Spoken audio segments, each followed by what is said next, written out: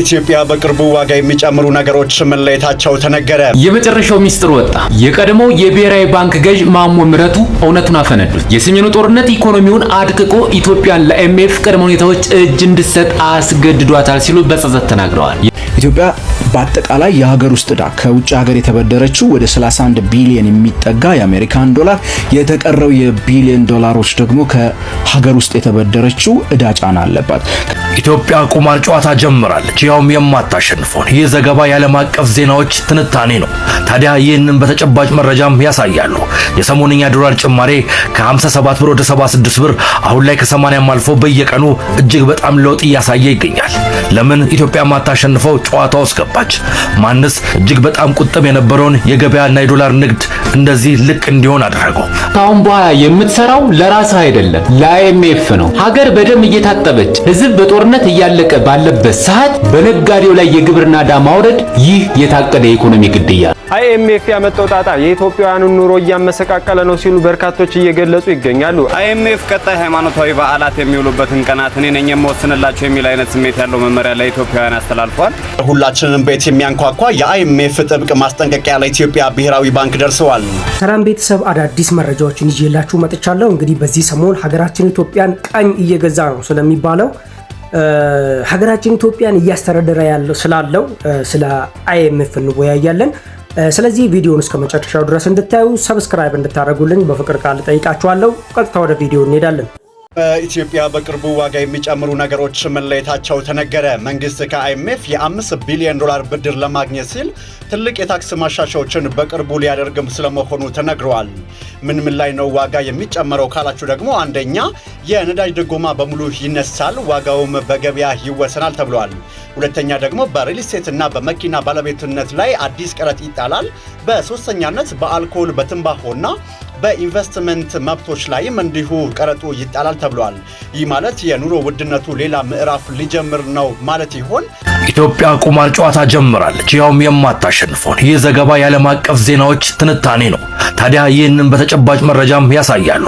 የሰሞንኛ ዶላር ጭማሬ ከ57 ብር ወደ 76 ብር፣ አሁን ላይ ከ80 አልፎ በየቀኑ እጅግ በጣም ለውጥ እያሳየ ይገኛል። ለምን ኢትዮጵያ የማታሸንፈው ጨዋታ ውስጥ ገባች? ማንስ እጅግ በጣም ቁጥብ የነበረውን የገበያና የዶላር ንግድ እንደዚህ ልቅ እንዲሆን አደረገው? ማንስ እጅ አስጠመዛት? ይህ ሁሉ መልስ አለ። አይኤምኤፍ፣ ወርልድ ባንክ የዚህ ጨዋታ ምዕራባውያን አጫዋች ነገዶች ናቸው። ታዲያ ከ10 ቢሊዮን ዶላር በላይ በብድር መልክና በድጋፍ መልክ ይህንን እንዲያደርጉ ብዙ ጊዜ ሲወተውትና ኢትዮጵያን መንግስት ሲያስጨንቁም ነበር። በስተመጨረሻ ተሳክቶላቸው እጅ መጠምዘዝ የሚባለውን ተግባር አደረጉ። በዚህ ደስተኛ የነበሩት አውሮፓ ህብረቶች፣ አሜሪካኖች፣ ምዕራባውያን በሙሉ ነበሩ። ሌሎቹ ግን ደስተኛ አልነበሩም።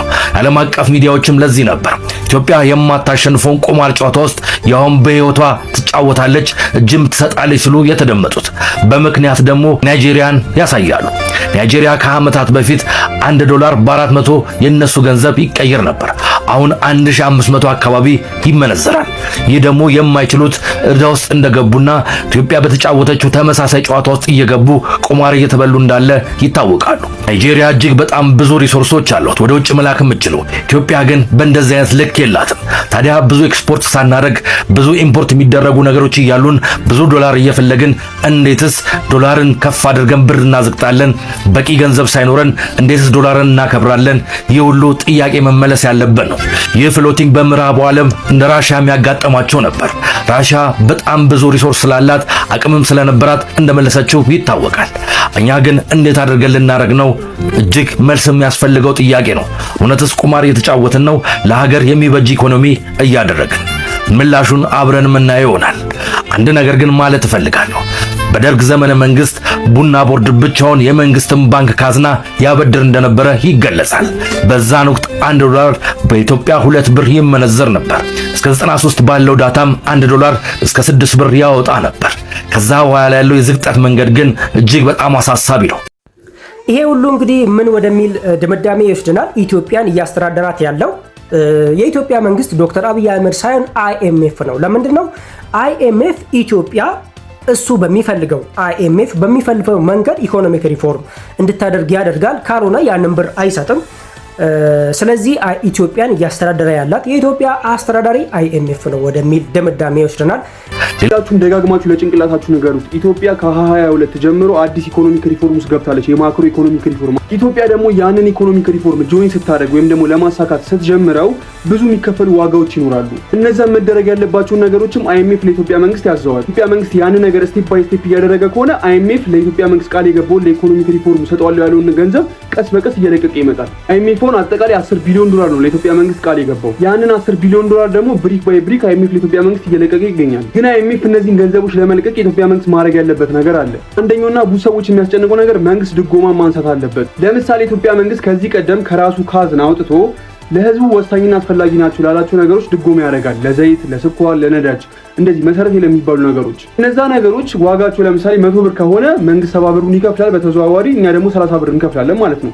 አሁን ደግሞ እነዛን ድጎሞች አይኤምኤፍ ይነሳ ብሏል። ስለዚህ እያንዳንዱ ነገሮች ኢትዮጵያ በራሱ ገንዘብ ነው እየገዛ ያለው ማለት ነው። ምንም መንግስት የሚደግፈው ነገር አይኖርም። ለወደፊት ቀስ በቀስ ሁሉ ነገር እየተነሳ ይገኛል። በዚህ ምክንያት ደግሞ ሰው የኑሮ ውድነት ይፈጠርበታል። ምክንያቱም ከዚህ ቀደም በትንሽ ዋጋ ሲያገኛቸው የነበሩ ነገሮች አሁን ዋጋቸው ጨምሯል። ምክንያቱም መንግስት ድጎሞውን ስላነሳ የመብራት የውሃ ክፍያዎችም ለዛ ነው እየጨመሩ የመጡት። ከዛ ደግሞ በተሻለ አቅም መንግስት ታክስን ተጠቅሞ ሌሎች መንገዶችን ተጠቅሞ የራሱን ገቢ መጨመር አለበት። ሌላው ደግሞ አይኤምኤፍ እና ኢትዮጵያ መንግስት ግቡ ላይ ባይስማሙ መንገዱ ላይ ያልተስማሙበት አንድ ነገር አለ። እሱ ምንድነው? ሰዎች በቀላሉ ብድር የሚያገኙበት ወይም ደግሞ ገንዘብን አክሰስ የሚያደርጉበትን መንገድ እየቀነሰ መጥቷል። የኢትዮጵያ መንግስት ገንዘብን ከገበያው ላይ ለማጥፋት ገንዘብን ውድ ለማድረግ ብድርን ለማስወገድ የሚጠቀምበት መንገድ ምንድነው? ክሬዲት ካፕ ነው። ክሬዲት ካፕ ማለት አንናቹራል የሆነ ዌይ ነው።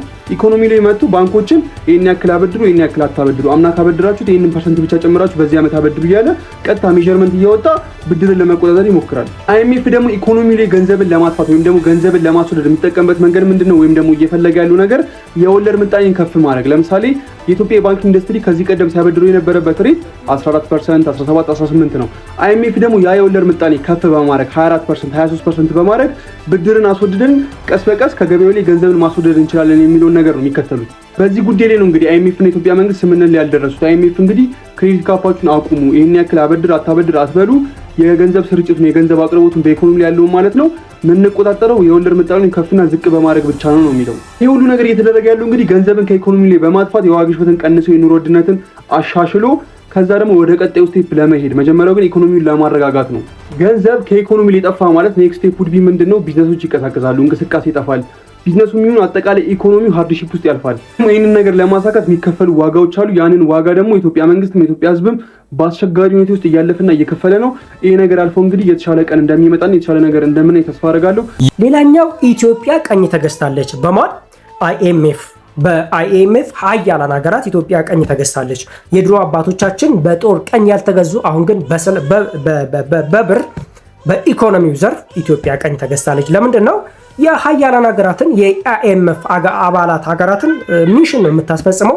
የእነሱን ኢኮኖሚክ ስትራቴጂ ነው የምትከተለው። ስለዚህ ኢትዮጵያ ቀኝ ተገዝታለች ወደሚለው ይወስደናል ማለት ነው። የመጨረሻው ሚስጥር ወጣ። የቀድሞው የብሔራዊ ባንክ ገዥ ማሞ ምህረቱ እውነቱን አፈነዱት። የሰሜኑ ጦርነት ኢኮኖሚውን አድቅቆ ኢትዮጵያን ለአይኤምኤፍ ቅድመ ሁኔታዎች እጅ እንድትሰጥ አስገድዷታል ሲሉ በጸጸት ተናግረዋል። የብር ዋጋ እንዲዳከም የተደረገው አማራጭ ለስልጣን ነው ያሉት ገዢው በውሳኔው ጥልቅ ጸጸት እንደሚሰማቸው ለቮክስ ዴቭ ገልጸዋል። የኑሮ ውድነቱ ምንጭ ይኸው ነው። ከዚህ ሁሉ ምስቅልቅል በኋላ ጸጸት ምን ይረባል?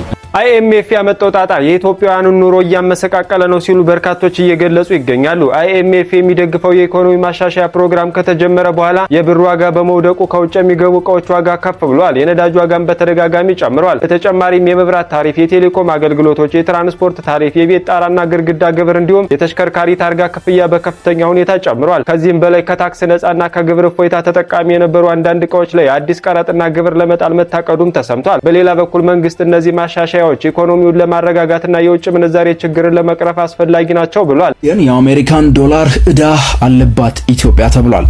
ኢትዮጵያ በአጠቃላይ የሀገር ውስጥ ዕዳ ከውጭ ሀገር የተበደረችው ወደ 31 ቢሊዮን የሚጠጋ የአሜሪካን ዶላር፣ የተቀረው የቢሊዮን ዶላሮች ደግሞ ከሀገር ውስጥ የተበደረችው ዕዳ ጫና አለባት። ከዚህ ውስጥ በነገራችን ላይ 12 ቢሊዮን ዶላሩ ዓለም ባንክ ያበደረን ነው። አይኤምኤፍ ወደ 400 ምናምን ሚሊዮን ዶላር አለው ይላል። 2024 እስከ ሰኔ ድረስ የአፍሪካ ልማት ባንክ 2.2 ቢሊዮን ዶላር፣ ቻይና 5.4 ቢሊዮን ዶላር፣ የዩናይትድ አረብ ኤሚሬቶች ወደ 3 ቢሊዮን ዶላር እንዲሁም ደግሞ የግል አበዳሪዎች የሚባሉት ዩሮ ቦንድ ያበደሩን ማለት ነው። እነሱ ደግሞ እስከ 1.1 ቢሊዮን ዶላር እኛ ላይ ያላቸው ማለት ነው። በነገራችን ላይ ምንም እንኳን እነዚህን የጠቀስኳቸውን ወደ 70 ምናምን ቢሊዮን የሚጠጋ የአሜሪካን ዶላር ገንዘብ እዳውን መክፈል በቀጥታ እኔና እናንተ ከኪሳችን አውጥተን እንከፍለዋለን ባንልም በተለያየ መንገድ ግን እንከፍልለታለን። በታክስ ከምንከፍለው ባለፈ ይህንን ገንዘብ አለመክፈል የሚችል ኢኮኖሚ ውስጥ የምንኖር ከሆነ የአይኤምኤፍ እና የዓለም ባንክ የሰሞኑ ጥናት እንደሚያወራው ከሆነ መክፈል የማንችል ከሆነ ቁልፍ የሆነው ነገር እየተያያዘ መጥቶ እኔና እናንተን ምን ማድረግ ይጀምራል ማለት ነው? በዋጋ ግሽበት መፈታተን ይጀምራል። እንዴት ብላችሁ አትጠይቁኝም? ለምሳሌ መንግስት በሚቀጥሉት 2 እና 3 ዓመታት መክፈል የሚጠበቅበት እዳ ብዙ ነው። ለምሳሌ በዚህ ዓመት ወደ 3 ቢሊዮን አካባቢ ዶላር ይከፍላል። የተለያዩ እንዲያው መሸጋሸጋ ተደርጎለት ስለነበረ ቀጣዩ ላይ ግን ወደ 7 ቢሊዮን ዶላር አካባቢ እዳ መክፈል ይኖርበታል። በዛኛው ዓመት ወደ 5 ቢሊዮን ዶላር አካባቢ መክፈል ይኖርበታል ይላል የአይኤምኤፍ እና የዓለም ባንክ ሪፖርት። ያንን እዳ ለመክፈል በሚሄድበት ሰዓት ኤክስፖርቱ ደግሞ እንደምታውቁት 9 ቢሊዮን አካባቢ ነው የምናስገባው። የዛን ግማሽ ለእዳ ከፈለ ማለት ገበያ ላይ ምን ሊሆን ነው? ዶላር ሊያጥል ነው። ስለዚህ ልብስ፣ ጫማ፣ ሞባይል ምናምን የሚገዙት ሰዎች ምን ሊያደርጉ ነው? ዶላር ያጣሉ። የት ይሄዳሉ? ብላክ ማርኬት ይሄዳሉ። ያኔ ምን ይሆናል? ብር አቅሙ ይዳከማል። ብር አቅሙ ሲዳከም ምን ይሆናል? ዋጋኛ ላይ ይጨምርብናል። ብዙ ብር ያስፈልገናል ያንን እቃ ለመግዛት። ኢንፍሌሽኑ የት ገባ? እኛ ቤት ገባ፣ እዳው ስላልተከፈለ ማለት ነው። ስለዚህ በዚህ መልኩ እያንዳንዳችን ጋር የዚህ የ7 ምናምን ቢሊዮን ዶላር ዕጣ ሊደርሰን ይችላል። ሌላው ትልቁ የአይኤምኤፍ ኢምፓክት እንግዲህ ታክስ ነው። የኢትዮጵያ ሕዝብ አሁን እየከፈለው ያለው ታክስ በቂ አይደለም ተብሎ ሌላ ታክስ ተጨማሪ ታክስ እንዲሰበስብ ነው አይኤምኤፍ የሚያስገድደው። እንግዲህ አሁን እኛ ታክስ ከፈልን እንላለን፣ በታክስ እንማረራለን። አይኤምኤፍ ግን የኢትዮጵያ ሕዝብ ታክስ አልሰበሰበም፣ የኢትዮጵያ መንግስት ታክስ አልሰበሰበም ብሎ መንግስት ላይ ጫና እያደረገ ይገኛል። ሂድ ከሀገራችን ብለው አይኤምኤፍን ያባረሩና ብራቸውን የሰጡ 2 ሀገራቶች ማን ናቸው? ብራዚል እና አርጀንቲና። እነዚህ ሀገራቶች ኢኮኖሚያቸው ስለተንሰራራና ኢምፕሩቭ ስላደረገ ምናምን አይደለም፣ ግን የራሳቸውን የሀገራቸውን ሉዓላዊነት ለመመለስ ብለው ቶሎ ብራቸውን መልሰው ቻው ቻው አሏቸው። ለምን? እናንተ ገብታችሁ ሀገራችንን ኮንትሮል እንድታደርጉ አንፈልግም፣ ህዝባችንን ኮንትሮል እንድታደርጉ አንፈልግም፣ ብራችሁን ውሰዱና ሂዱ አሏቸው። ይሄ ስቶሪ ለኛ አንድ ሞቲቬት ማድረግ ያለብን ነገር ይመስለኛል። ካሁን በኋላ የምትሰራው ለራስህ አይደለም ለአይኤምኤፍ ነው። ሀገር በደም እየታጠበች ህዝብ በጦርነት እያለቀ ባለበት ሰዓት በነጋዴው ላይ የግብርና ዕዳ ማውረድ ይህ የታቀደ የኢኮኖሚ ግድያ ነው። ህዝቡ የቀን ጉርሱን አጥቷል። ነጋዴው የኪሳራ ማዕበል ውስጥ ነው። መንግስት ግን የዶላር ጥማቱን በእናንተ ላብ ሊወጣ ወስኗል። አሁን ሀገሪቱን እየመራት ያለው መንግስት ሳይሆን ዋሽንግተን ዲሲ ነው። አንተን አክስሮ ለውጭ ብድር መክፈያ ሊያደርጉ ነው። አይኤምኤፍ ለሰጠው ብድር ዋስትናው ያንተ ላብ ነው። የሚያሳዝነው መንግስት የዜጋውን እንባ ሳይሆን የአይኤምኤፍን ፈገግታ መርጧል። አሁን ጥያቄው ለእናንተ ነው። መንግስት መታዘዝ ያለበት ለተራበው ህዝቡ ነው ወይስ ለአይኤምኤፍ? አይኤምኤፍ ቀጣይ ሃይማኖታዊ በዓላት የሚውሉበትን ቀናት እኔ ነኝ የምወስንላቸው የሚል አይነት ስሜት ያለው መመሪያ ለኢትዮጵያውያን አስተላልፏል። የዓለም የገንዘብ ድርጅት አይኤምኤፍ የፊዚካል ዲሲፕሊን ችግርን ለመፍታት ኢትዮጵያ 13ኛውን ወር ጳጉሜን እንድታስወግድ አሳስቧል። የሁላችንም ቤት የሚያንኳኳ የአይኤምኤፍ ጥብቅ ማስጠንቀቂያ ለኢትዮጵያ ብሔራዊ ባንክ ደርሰዋል።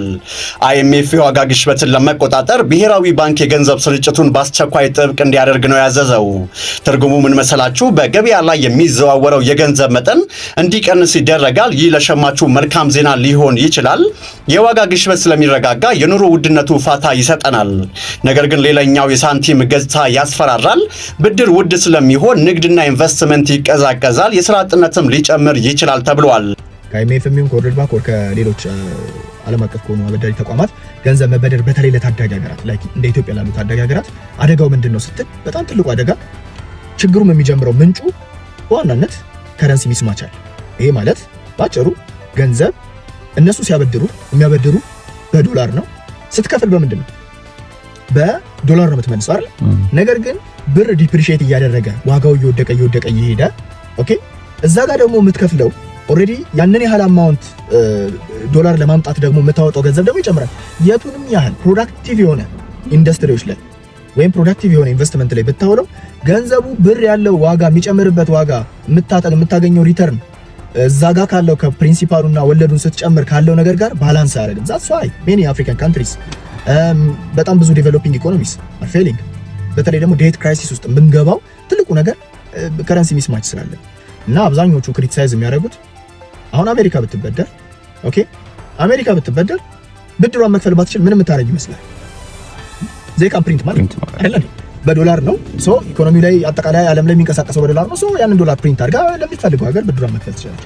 አሁን አሜሪካ ዓለም ላይ ካሉት ሀገራት በጣም አብዛኛዋ ትልልቅ ብድር አላቸው ከሚባሉ ሀገራት ተርታናት። ሉክ ሌሎቹንም ሀገራት አንከር ከረንሲ ያላቸው ይሄ ጠንካራ የዓለም ላይ መገበያያ ገንዘብ ሆኖ የምንቀያየርባቸው የመገበያያ ገንዘብ ያላቸው ሀገራትም ይሁን አካባቢዎች ለምሳሌ ዩሮ አካባቢ ያሉት እነ ጀርመን ምናምን ዩሮ የሚጠቀሙ ሀገራት እነዚህ ሀገራት ዶላር እና ዩሮ ተመጣጣኝ የሆነ ዋጋ ስላላቸው they can print euro and they can pay the debt but ያደጉት ሀገራት ይሄ አክሰስ አላቸው፣ ያላደጉት ሀገራት ይሄ አክሰስ አላቸው። that's why so we are always in vicious circle። የኢትዮጵያ ጭር ጊዜ ጠላታችን ኢንተርናሽናል ሞኔታሪ ፈንድ ወይም IMF እንደሚባል መግባባት ላይ እየደረስን ያለ ይመስላል። IMF እንዴት ነው ሀገራቶች የሚያከስመው እና ኢትዮጵያንም ለምን ለማክሰም እንደፈለገ በሂደት ውስጥ እየተረዳ እንሄዳለን። IMF ምን አይነት ፖሊሲ ያለው መሰላችሁ? አንዲት ሀገር የኢኮኖሚ ችግር ውስጥ ስትገባ ሮጦ የሚደርሰው እሱ ሲደርስ ግን ምን ያደርጋል? ስትራክቸራል አጀስትመንት ፕሮግራም የሚባል ነገር አለው። ምን ማለት መስላችሁ? እኔ ብድር ይሰጣችኋለሁ፣ ነገር ግን የኢኮኖሚያችሁን ስትራክቸር አጀስት ታደርጋላችሁ። ምንድነው አጀስትመንቱ? ለምሳሌ የመጀመሪያው ፕራይቬታይዜሽን ነው። ያላችሁን ሀብት ንብረት በሙሉ ፕራይቬታይዝ አድርጉ። ፕራይቬት ውሃና መብራት ምናምን የመሳሰለ ነገር ሲይዝ ፕራይሱ ከቁጥጥር ውጪ አስቡ። ውሃ መብራትና ጤና የመሳሰሉ ነገራቶች ከመርካቶ ብንገዛ ሊመጣ የሚችልብን ነገር ማለት ነው። እንደዛ አድርጉ ነው አሁን እየተባለን ያለ ነው። ይሄ አንደኛው ነው። ሁለተኛው ዲሬጉሌሽን ነው የሚጠይቀው። ምን መሰላችሁ? ለምሳሌ የሀገራችን ኢኮኖሚ እንዳይጎዳ ኢምፖርት የሚደረጉ ነገሮች፣ የፎሬን ኢንቨስትመንቶች፣ አንዳንድ ነገሮችን የኢትዮጵያ መንግስት ይወስደው ባለው ጉዳይ በፎሬን ኢንቨስትመንት ላይ ተቃውሞ የለብኝም። ግን አላማ ምንድነው? የነሱ የፋይናንስ ሲስተሙን የኢኮኖሚውን ሬጉሌት የሚደረገው ነገር በሙሉ ብትንቱን አውጣችሁ ህግ ስርዓት እስኪጠፋ ድረስ ልቀርቡት ነው የሚባለው።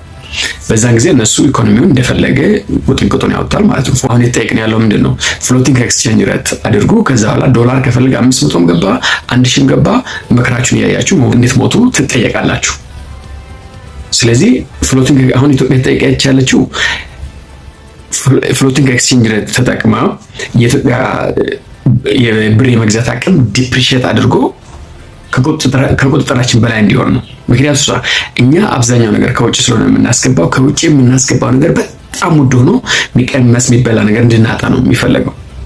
ሌላኛው የሚጠበቅባቸው ምንድነው? እነዚህ ኦስተሪቲ የሚባሉ ሜዥሮችን መንግስት እንዲወስድ። ምንድናቸው እነዚህ? መንግስት ኤክስፔንዲቸሩን እንዲቀንስ ማድረግ ነው። መንግስት ለግብርና የሚሰጠውን ትምህርት ላይ ስፔንድ የሚያደርገውን፣ ጤና ላይ ስፔንድ የሚያደርገውን፣ የጤና መድን ምናምን በሉ ሴፍትሬት ምናምን በሉ እነዛን መንግስት አትደጉምቷቸው ነው የሚሉት። የዛኔ ድሃ ጤና ጣቢያ የሚታከመው ሆስፒታል ምናምን የሚታከመው አንዳንድ ምግባም ይሁን ምናምን ብቻ የምታቀርቡት እንደዛ አይነት ነገር ድብን ብሎ ከሀገር ውስጥ ይጠፋል። ይሄ ሶሻል ዲግራዴሽን ነው የሚፈጥረው። ረሀብተኛ፣ ከስራ የተባረረ፣ ምግብ የማይበላ፣ ጤና የማያገኝ፣ ትምህርት ቤት የማያገኝ እንደዚህ አይነት ትርምስምስ የወጣ ሶሳይቲ ይፈጥራል IMF። አሁን ለማየት ያብቃችሁ በዚች 3 እና 4 ዓመታቶች ውስጥ እንደዚህ አይነት ክራይሲስ ነው ኢትዮጵያ ውስጥ ይዞ ይመጣ ያለው። በነገራችን ላይ አንዳንድ ጤና ጣቢያዎች፣ ሆስፒታሎች እያያችሁ ነው። መድኃኒት ከውጭ ግዛ ተብለህ ትላካለህ። ምርመራ ከውጭ ተመርምረና ብለህ ትላካለህ። ኤቭሪቲንግ ወደ ውጭ ነው የሚላከው። ድሮ ፕራይቬት ጋር የምናገኘውን አንዳንድ መድኃኒቶች እኮ ውስጥ ነው የምናገኘው። ሆስፒታሎች ለምሳሌ ሴቶች ሲወልዱ ነፃ ሕክምና፣ አንዳንድ ነፃ ኦፕሬሽኖች ምናምን ነገሮች ይኖራሉ፣ ምግቦች ምናምን ይኖራሉ። አሁን እንደዛ ነገሮች እየጠፉ ነው። ሌላው ሰሞኑን አዲስ አበባ ላይ ቁጭ ብሎ ሲያከራክር የነበረና አኩርፎ IMF የሄዱት ምንድነው? ግብር አብዛ ነው። ልስትሮም ግብር ውስጥ አስገባ፣ ጠላ ሻጭ ግብር ውስጥ አስገባ፣ ጨው የምትሸጧን ግብር ውስጥ አስገባ፣ ጉሌት ሄደ ሽንኩርት እንደዚህ፣ ድንች እንደዚህ 5 ደርድራ ጀሞ አካባቢ ሎሚ እንደዚህ ሰብስቦ የሚሸጡ፣ ንፍሮ የሚሸጡ፣ ቀቅለው ድንች የሚሸጡ እነዚህን በሙሉ ገብራቸው ግብር ውስጥ አስገባቸው። ታክስ ቤዝን አስፋ፣ ህዝቡን በታክስ ናላውን አጡዘው። ይሄ የIMF ፖሊሲ ነው። አንድ ነገር ልንገራችሁ፣ ኢትዮጵያ ውስጥ ታክስ ገና ምንም አልተረካም። ታክስ ከፍለና ነው የምትሉት። ታክስ እስካሁን ድረስ የከፈላችሁ ዜሮ ነው የሚባለው እኮ። ሌላኛው ነገር ያው ሁላችንም የምናውቀው ከረንሲን አስተካክል ነው። ሙሉ በሙሉ ፍሎቲንግ ኤክስቼንጅ ሬት ትጠቀምና እንደፈለገ ገበያው ከረንሲን ይወስናል። ከዛ ጥባጥብ ይጫወታል ማለት ነው። አንድ ስክሪፕቶ 200 ብር ትገዛለህ። እሱም ከቀና አይ ፍሎቲንግ አልጠቀም ካልክ እሺ ዲቫሉት አድርግ ተብለህ ከረንሲን ከዶላር አንፃር በጣም ዝቅ ታደርጋለህ። የዛን ጊዜ የኑሮ ውድነት ኢንፍሌሽን ምናምን ይጫወታል ማለት ነው።